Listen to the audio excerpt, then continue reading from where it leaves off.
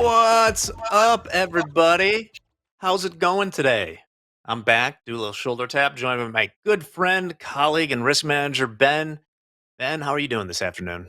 I'm doing well. I caught a little bit of the broadcast so far today. It's been awfully fiery. Lots of takes being fired all over the place. So it's been interesting. And something else.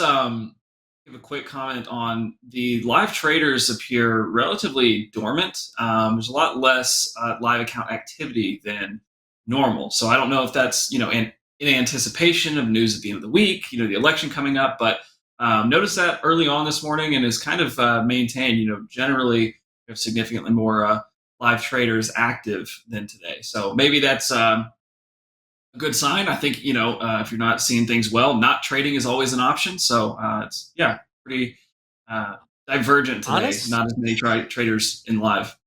yeah, honestly, not a terrible idea. We had a little spike here in the 10-year notes, bringing that yield right back down to about 4.3. We're pushing highs right now, or they're right thereabouts in the ES, probably the NQ too, if I look at it. But yeah, do you mean that there are fewer traders trading, or they're trading the same number of traders trading less size? Fewer number of traders trading today. Fewer My number of finding. traders trading. Yeah, fewer All number of right. traders active today, which is yeah somewhat rare to see.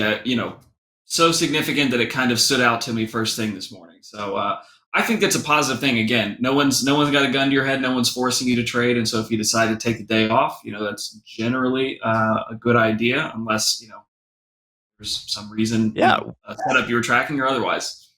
we did. Okay, so the second time we knocked on those previous highs there from where we took the short in the last segment, we busted through new highs in the ES around 58.81, three quarters. Well, with that, Ben, not many Yeah, traders trading, but how are those that are trading doing? those that are trading, I would say distribution's a little bit more red, more traders red than green, but there are some definitely some bright spots today. The house account being one of them. Blended, the house account's up 7,200. That's the best P&L we've seen there in a good amount of time. Rips up 2,700. Got up early and stayed there in his live account. Deanna up 500. Deanna's been trading very well. Her live account lately. Dakota was green this morning, ended up red at last check. Has not quite hit the daily loss limit, but is close at 20, down 2,700. Um, Faye, All Star Faye is up $10,400. Can't say enough about her and her trading. Incredibly consistent.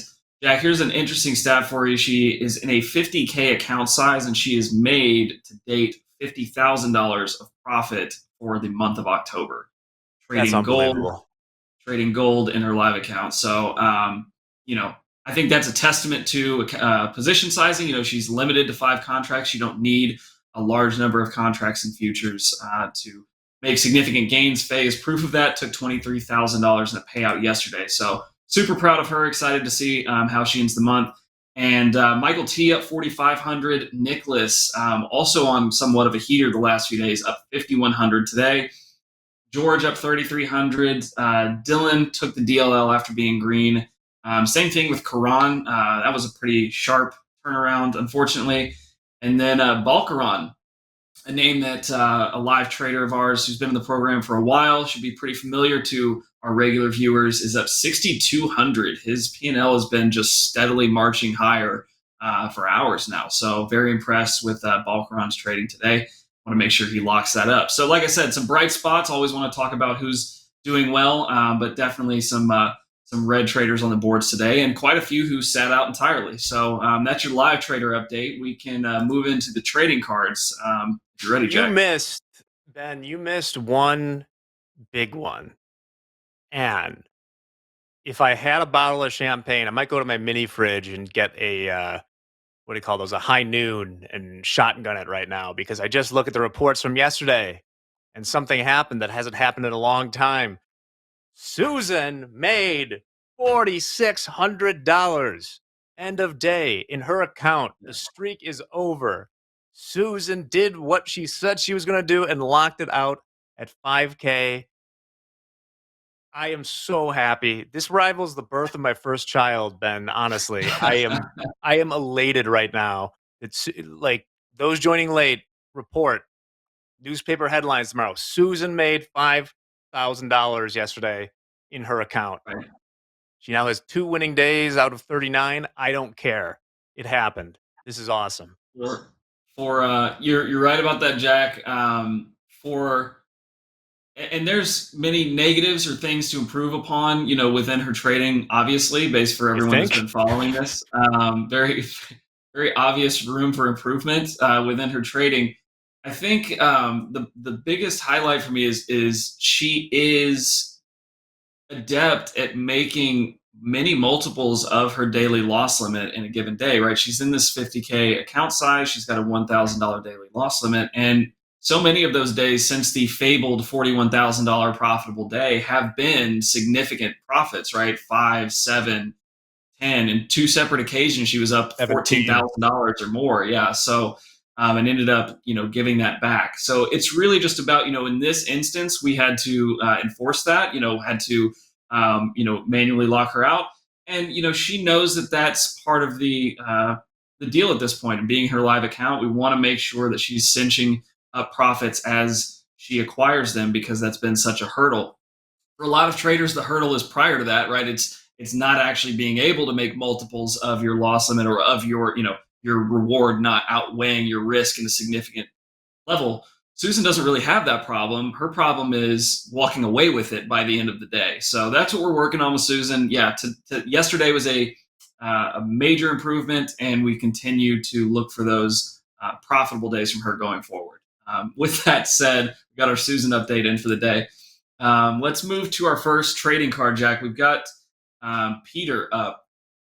And little birdie told me that Peter was on the broadcast, has been on the broadcast recently, was on Friday. So feel free to go back and watch Peter's segment on TopstepTV from last Friday.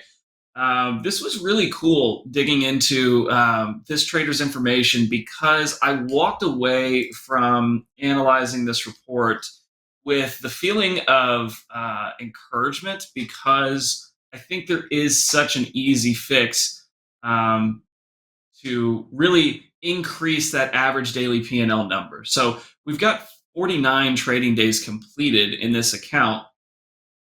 And so often, Jack, when we see, especially traders who are trading, the larger products, the E-mini size S&P is what Peter's trading, to have an average daily P&L of $54 means that we are probably,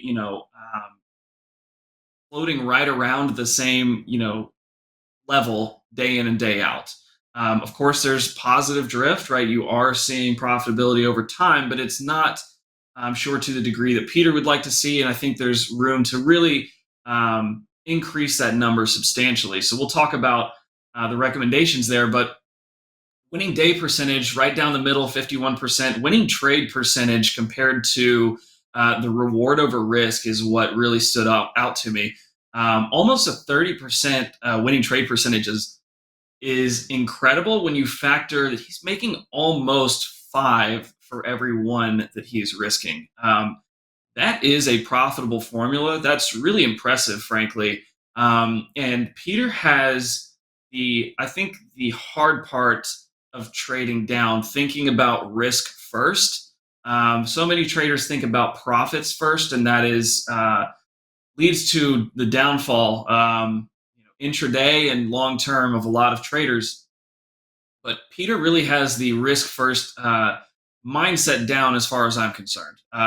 The average losing day for this trader, let me make sure I have it correct, is at just shy of the daily loss limit. The average winning day is above, but that comes back to the account management that we've talked about a couple times this week, Jack. The trade management is structured in a way that is profitable, that will yield profits. I think the difficult part is leaning so much into the daily loss limit, using that as a backstop, feeling comfortable going there, like we've talked about before, just because it's a number that's out there that you're aware of, related to your profits and losses. So the best winning days that this trader has have very little drawdown. And that's why at the very last bullet point we have here, cutting your daily loss limit will improve the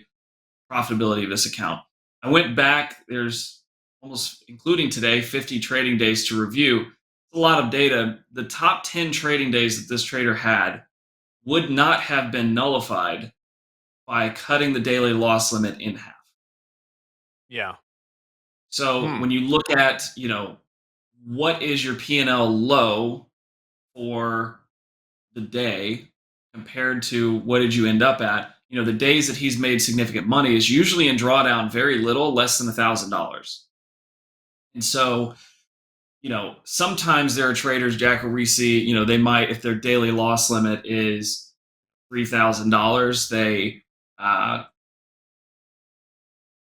their daily loss limit is 3 grand, they might have a P&L low of $2,000 and then end up recovering, right? They draw down first and then end up taking a profitable day. Um, Not this trader. His best days is usually green or slightly red right away and then continues to build off of that. So again, lots of things here tell me that he is right on the precipice of real significant profitability. Already taken $10,600 in payouts across 3 different payouts. So there's proof of concept here, obviously, but I don't know a single trader that wouldn't like to be more profitable. And I think there is a really big leap forward that Peter can make simply by trimming that daily loss limit. Whether that's doing it manually, monitoring yourself intraday, or putting an actual structural stop for the account. As a live trader, that's something that the risk team can help you with. We can go in and change the value of your loss limit to ensure that you're not exceeding that number intraday. So, encouraged by what I've seen because I think there's a lot of juice left to squeeze out of this trading. But overall, he's been profitable and has taken payouts. He's already shown that he can do the dance. It's about how much more juice can we squeeze out of that lemon. I think there's more in there, Jack. What do you see when you look at this trade report? Yeah, absolutely. I mean, like, let's start by saying usually, I mean, we scout the people we bring on TV by seeing how they're doing in their accounts, and he's taken, as I said, 10,600 bucks in payouts out of this, and it's pretty good performance. There's something going on here under the hood with, I don't know if it's how he's sizing or scaling into things because if you have a 28% winning trade percentage with a 4.71 risk reward, you should be pretty profitable. So there might be something. I'd have to think about it for a little bit. But yeah, slight changes. As you said, um, that's why I look a lot at these trade reports at just the results for the day because that we have to be flat at the end of the day. So that is a good Right. indication of what's happening. And what I see here is willing to lose that 3K loss limit, but uh, there isn't very consistent, but there isn't any banner day. There's no day on here that I'm thinking like, oh, because they have the ability to do this, they should be comfortable risking 3K. I don't see that. In fact, it's sort of an unusual report for someone with these stats. I would have totally expected this to be someone who had a real low reward to risk ratio and a very high winning trade percentage. So, yeah, I think definitely cut down on the risk here. That would be a good place to start. And, but still, doing well, taking payouts. Pleasure to have on TV. So, you got this, Peter. Yeah, he's doing great, and really looking forward to the small adjustments, and what those will yield. A lot of traders, we have a program designed to help bring traders in and grow them and give them a low risk environment to hone and sharpen their skills and learn about trading for that matter. These live traders are further down the line of that journey. They have proven themselves and are in a live funded account, but a lot of traders need big turns of the dial to make those changes and those improvements. I think Peter is at a spot where we only need to move that dial just a little bit to see some significant uh, additions to the profitability. Ultimately, we want to see that average daily P&L move up towards $200, $300, or $400. I think that's entirely possible with what this trader's doing, and a lot of that can come out of the loss limits. So that's what we got there. Let's move on to the next trading card. Good. Um, Next up, we've got Eric. Eric V. Eric is one of our longest tenured and active live accounts. Eric has been in this account for 93 days with an Hmm. average daily P&L of $215. You can do that math for yourself. Oh, that's good. Really impressed. Yeah, really impressed with the way Eric's been able to manage this account over time. The theme for today is keeping your loss limit smaller than what the daily loss limit actually is, and imposing that for yourself. Peter did that well, and Eric does that very well. Average losing day is almost half of the daily loss limit. And that risk first trading is really what has led to his longevity in this account and the ability to stick around for those banner days, as you put it. Winning day percentage 62%, winning trade percentage is 56%. He isn't taking a ton of trades per day. He's scalping the Nasdaq rather successfully. He's trading the E-mini Nasdaq, and the hold times are pretty small. 8 minutes on the winners and 3 minutes on the losers. But he's picking a spot. He's putting on the appropriate size for him, and he's taking profits in greater quantities than losses. The formula doesn't have to be a lot more complicated than that, and he's more than proven that out. I would like to see, especially now that he's more than eclipsed the 30 winning trading days, Eric can take a payout from this account anytime he wants. He can take a payout every day this week if he'd like to. Would love to see him, especially after some recent profits, to book another payout. So far, he's taken one payout totaling $10,000 in this account, but again, has been in the account for going on 100 days, which is quite a period of time. So, Eric, if you're listening, again, super impressed with what you're doing. Don't have any critiques other than make sure you're paying yourself along the way as you succeed. One thing I really appreciated, Jack, there's a real gem on this trade report. I know it's a tremendous amount of data to look through, but the best winning day that he had was a day where he took a single trade with slightly greater size than normal.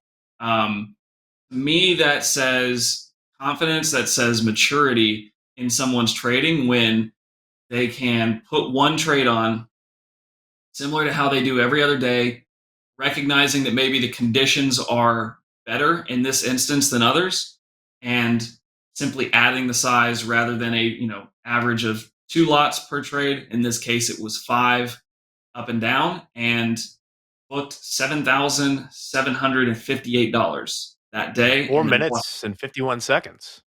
in 4 minutes.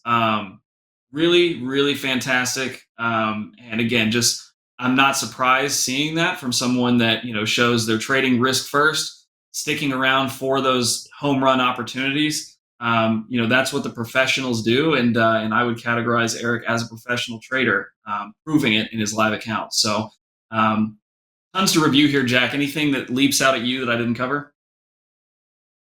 I mean, you're right. This is a really solid card, and scalping gets tossed around.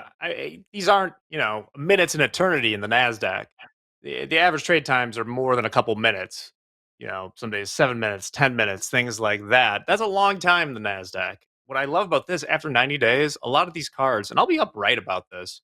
Ultimately, I understand the goal for everyone is to make money out of these accounts, but the cards that I like the most are, hey, if somebody presented me with this trade report and was like, "Hey, just give me some amount of money to trade for you," like you would at a, a, a old school prop firm or something like that, I'd be tempted here because there's not a ton of dispersion of the results.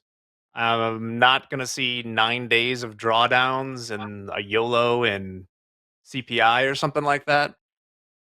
This is really consistent stuff. And you're right. After 30 days of winners like this, he could take it all and leave. I don't think he should, but just throwing that out there. Also, like the sizing. A lot of times we say this guy's very selective with his trades. They're short term, but this very much isn't someone who we're like, oh, he's an NQ scalper. He trades 15 lots and trades 800 contracts a day back and forth. Right. probably not going to work in the live account. I got news for you. Probably not going to happen. This is just one or two trades a day, or maybe a little bit more, but a handful. Yeah, great card. Go Yeah, St. Petersburg. most definitely. And one last thing, Jack. I think I mentioned this earlier in the week when we were on, or it may have been the end of last week. But as the days and the weeks roll on, and the account history for some of our live traders builds and builds, Eric being a shining example of that. I'm really impressed with not just our live traders as a whole, but the entire system that we've cultivated here, and VIP being one of the latest additions of that. This is a place for you to come in a low risk environment and grow your trading and improve, and then ultimately get funded in trading Topstep's money so that you don't have to trade your own. I've just been blown away for whatever, it seems like every day I'm looking at these cards now, I find another one where got 50 plus trading days complete, tens of thousands of dollars paid out, and really stable trading. So just happy to be a part of Topstep, happy to be, part of the risk management team and being able to work with these types of traders. It's a lot of fun, and it's cool seeing people impact their lives in this way, trading props. So that's my sign off for today. That's a great sign off. I have one piece of feedback, but it's for you, Ben. I Okay. can't tell you how many times on those trading cards, the way the time is written out, people have said like, "Wait, this person holds trades for 4 seconds because it's like the zero dat." Like, I think we got to add one more there for like hours, Okay. minutes, and seconds. The trader in question, Eric, had an average hold time of 8 minutes on winners and 3 minutes on losers. I would not give the praise that I did if it were 8 seconds and 3 seconds. Yeah, and I take that criticism. I'm happy to add another layer of digits. I can tell you that we aren't featuring anyone on here that's average hold time is less than a minute. I can't remember the last time that happened, because typically trading like that is incredibly difficult to maintain long term. If they So do it, keep I'll that in be real mind. with you. I don't think it's possible, but if you can do it in a live account, more power to you. But also, whatever you're doing, there are way better ways to monetize that than being in an account here.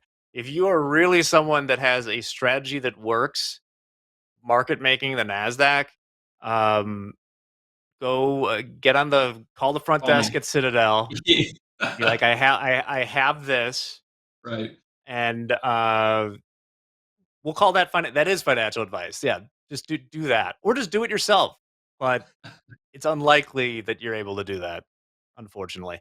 All right, Ben, thank you so much for bringing these cards today. They were some good ones, but everyone else out there, stick around because we got group coaching coming up next. Robert and Hogue are in the house going on to the afternoon, which, Ben, I always have the schedule open in front of me. This afternoon, we got John London joining Robert and Hogue at 1 o'clock, and Real Deal Zach is going to be here for Power Hour. Let's keep that house account positive, and we'll see you guys tomorrow. Have a great day.